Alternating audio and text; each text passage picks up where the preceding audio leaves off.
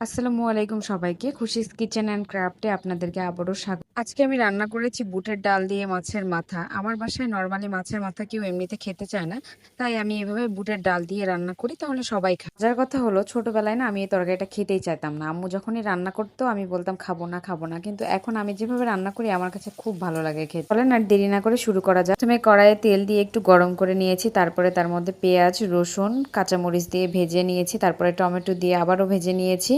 তারপরে এই যে স্বাদ মতো লবণ, হলুদ, মরিচ গুঁড়া, ধনিয়া জিরার গুঁড়া দিয়ে ভেজে নিয়েছি। পরে আমি আদা রসুন বাটা দিয়ে একটু পানি দিয়ে তারপরে আবার নেড়ে ঢেকে দিচ্ছি মশলাটা কষানোর জন্য। ঢাকনা উঠিয়ে দেখছিলাম যে মশলাটা কষানো হয়ে গেছে কিনা। মশলা কষানো হয়ে গেলে তারপরে এতে আমি মাছের মাথা দিয়ে দিয়েছি। মাছের মাথাগুলো দেওয়ার পরে ভালোভাবে নাড়তে হবে যেন মশলার সাথে মাছের মাথাগুলো মিশে যায়। তারপরে ঢাকনা দিয়ে আবার ঢেকে দিয়ে কষাতে হবে। তারপরে আমি ঢাকনা উঠিয়ে দেখছিলাম হয়েছে কিনা, দিয়ে আরেকবার একটু পানি দিয়ে আবার কষাচ্ছিলাম, কারণ মাছ যেহেতু 2-3 বার কষালে এটা ভালোভাবে মশলাগুলো ভিতরে ঢুকবে এবং খেতে ভালো লাগবে। না হলে মাছের একটা গন্ধ থাকে, সেটা থাকলে আর কি খেতে ভালো লাগবে। তারপরে আমার মাছটা কষানো হয়ে গিয়েছে। এরপরে আমি চুলায় প্রেশার কুকার নিয়ে নিয়েছি, তার মধ্যে বুটের ডালগুলো দিয়ে দিচ্ছি। আমার পেশগুলো দেওয়ার পরে মাছের মাথাগুলো এর মধ্যে ঢেলে দিচ্ছি, দিয়ে একটু নেড়ে চেড়ে পানি দিতে হবে।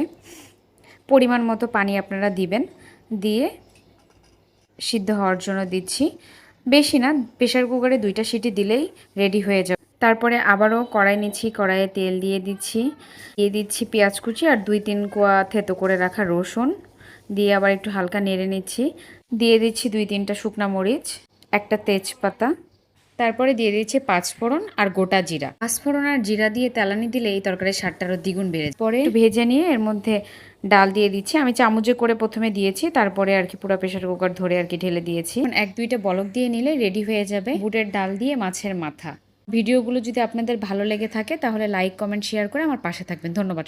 আসসালামু আলাইকুম সবাইকে। খুশিস কিচেন অ্যান্ড ক্রাফটে আপনাদেরকে আবারও স্বাগত। আজকে আমি রান্না করেছি বুটের ডাল দিয়ে মাছের মাথা। আমার বাসায় নরমালি মাছের মাথা কেউ এমনিতে খেতে চায় না, তাই আমি এভাবে বুটের ডাল দিয়ে রান্না করি, তাহলে সবাই খায়। মজার কথা হলো, ছোটবেলায় না আমি এই তরকারিটা খেতেই চাইতাম না। আম্মু যখনই রান্না করতো আমি বলতাম খাবো না খাবো না, কিন্তু এখন আমি যেভাবে রান্না করি আমার কাছে খুব ভালো লাগে খেতে। বলেন আর দেরি না করে শুরু করা যায়। প্রথমে কড়াইয়ে তেল দিয়ে একটু গরম করে নিয়েছি, তারপরে তার মধ্যে পেঁয়াজ, রসুন, কাঁচামরিচ দিয়ে ভেজে নিয়েছি, তারপরে টমেটো দিয়ে আবারও ভেজে নিয়েছি।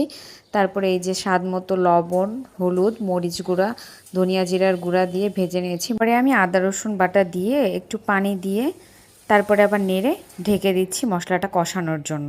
ঢাকনা উঠিয়ে দেখছিলাম যে মশলাটা কষানো হয়ে গেছে কিনা। মশলা কষানো হয়ে গেলে তারপরে এতে আমি মাছের মাথা দিয়ে দিয়েছি। মাছের মাথাগুলো দেওয়ার পরে ভালোভাবে